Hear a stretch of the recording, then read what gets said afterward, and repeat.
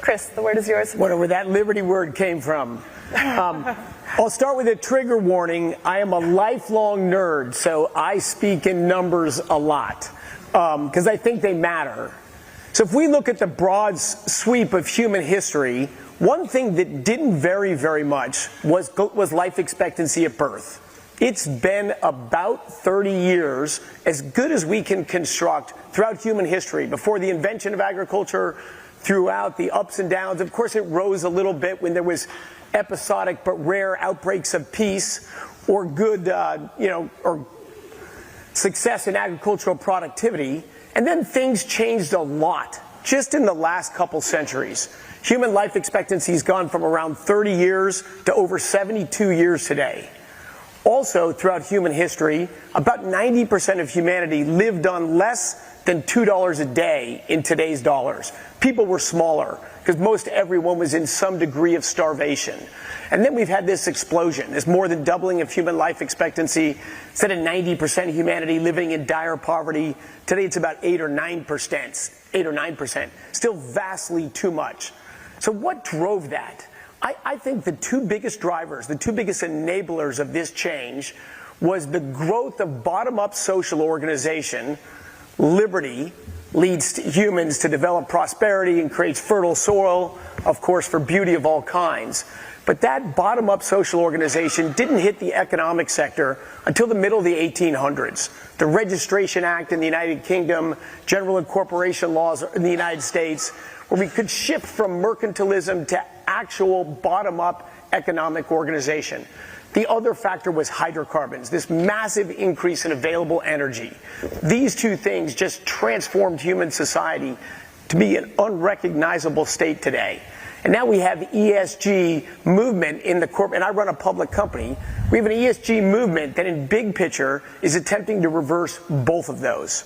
Top-down diktats about what values and what boxes you should check, and an explicit war against hydrocarbons, based on sort of a mainstream climate narrative that goes something like this. There's an ever-growing climate crisis sweeping the world, wreaking destruction in its wake, particularly harming low-income people around the world, and therefore all the countries must unite in a battle to drive the fastest possible energy transition to cleaner, greener, cheaper fuels. And only denying retrogrades get in the way, and we'll be there soon. This is the narrative. There's one problem with the narrative. It's simply not true. And let me hit a few of those things. First of all, in the energy transition, the Kyoto Protocols were 1992, 30 years ago. It launched the energy transition movement to combat the climate crisis.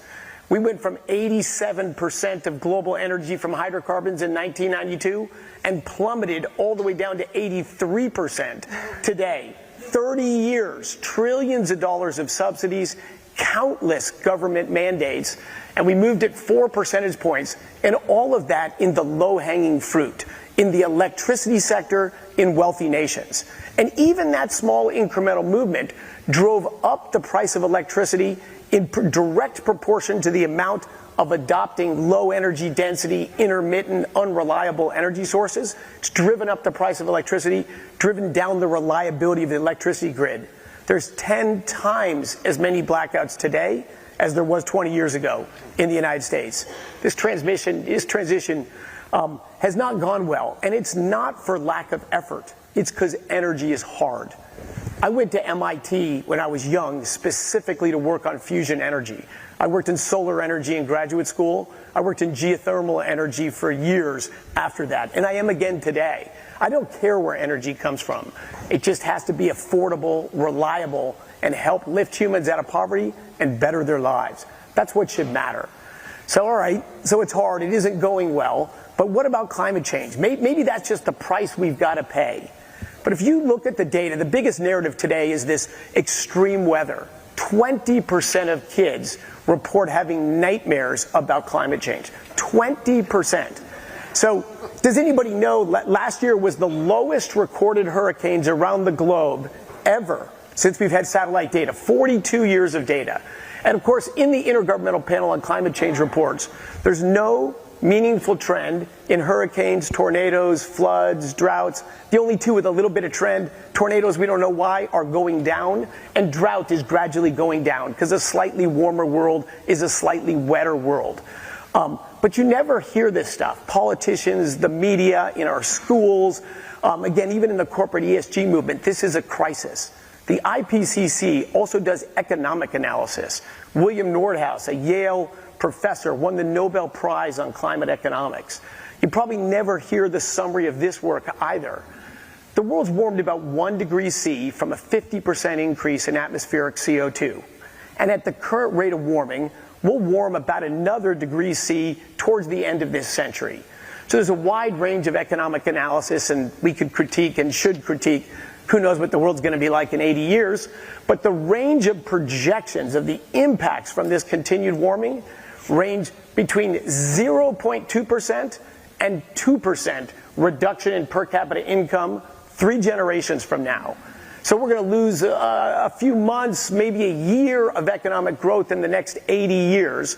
You know, is that a crisis today? Is that justification for all sorts of crazy government policy changes?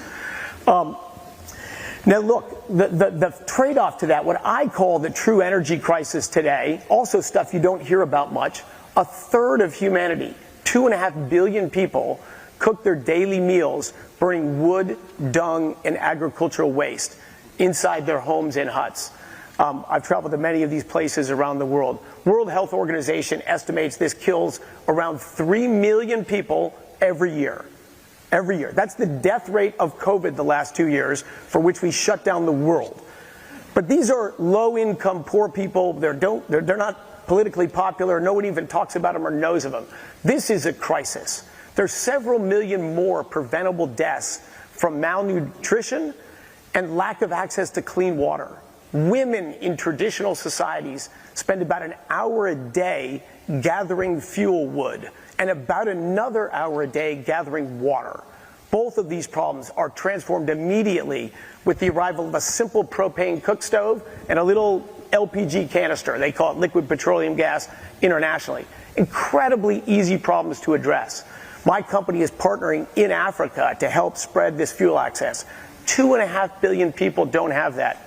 Now you got to weigh that against potentially a 1 or 2% reduction in global income 3 generations from now, when by the same economic models, everyone's 3 or 4 times richer than they are today.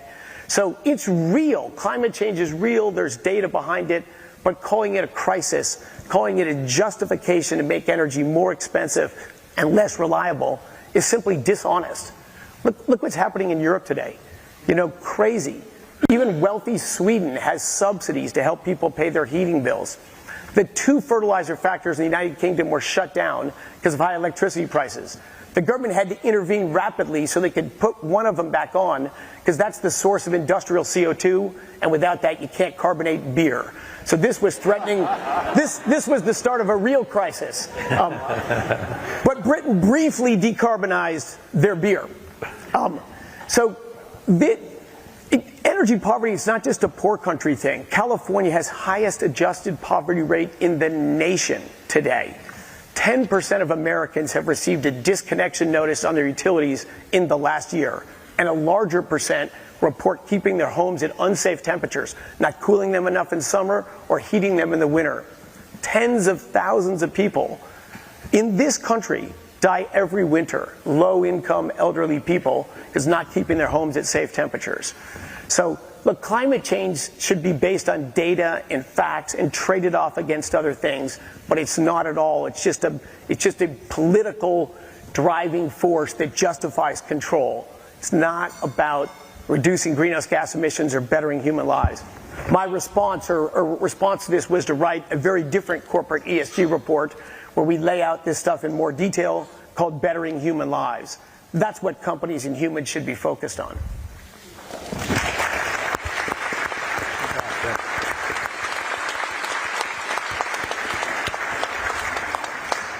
Thank you, Chris. I'm an engineer too. I really appreciate the numbers. We'll get back into that shortly. All right, more numbers to come. Mr. Alex Kramberg, our third speaker, is the chairman and founder